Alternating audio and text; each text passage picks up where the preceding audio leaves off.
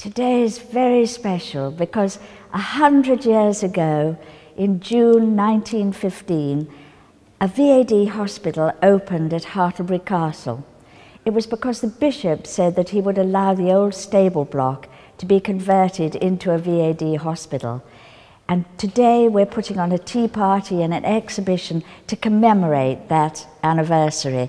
And the exhibition is full of photographs taken from the wonderful scrapbooks that the patients made when they were at the castle. They'd been in Birmingham at the hospital there because some of them were very, very seriously wounded. And then as they began to get better, they came to the convalescent hospital at the castle.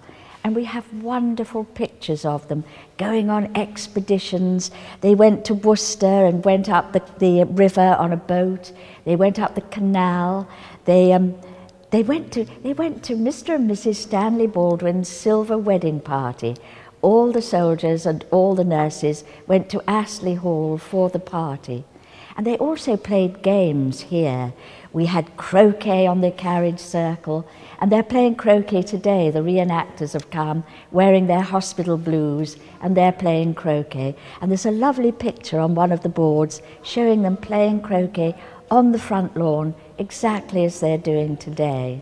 So behind me here is a World War I bell tent. We're using this today to demonstrate some of the facilities and the equipment used by the WWi nurses in a hospital like this. I'm one of the quartermasters here, so I would have dealt with stores, hence why I've got a grey dress on.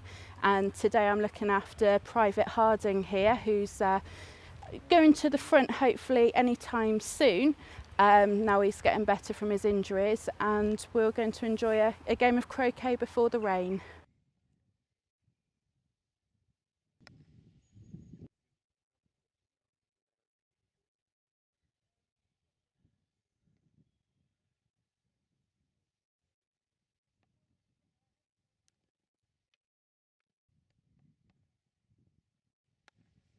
And of course, the nurses were very important.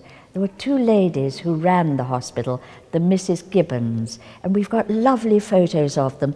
There's one of them with their dog, and they were very impressive ladies. They were very wealthy. They'd done the Grand Tour before the First World War, and one of them went to nurse in France and in Belgium, and the other sister was the commandant of the hospital, and then her sister came back from nursing in France and became the sister in charge of the hospital.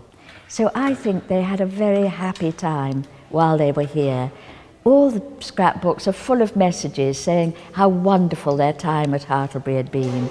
And there are quotations from poems. Oh, they wrote lovely poems. There's a lovely little one which says, I sent you a brooch, you returned it.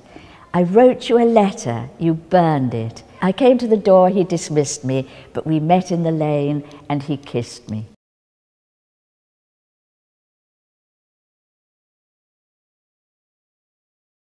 The rector was Canon John Grieg, and he used to write in the parish magazine. They contain regular exhortations for the young men of the village to join up and not hang back. Maggie, you've got a poem to read. Our commandant's a very good sort and does her best for every sport.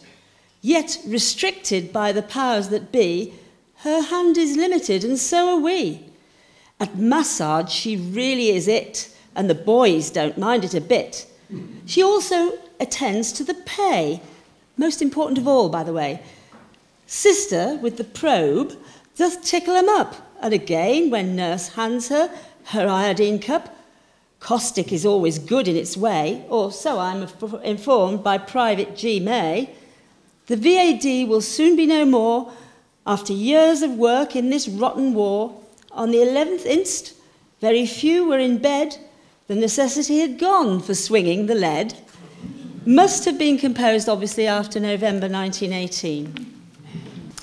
So I hope you found that a little bit interesting. I certainly did.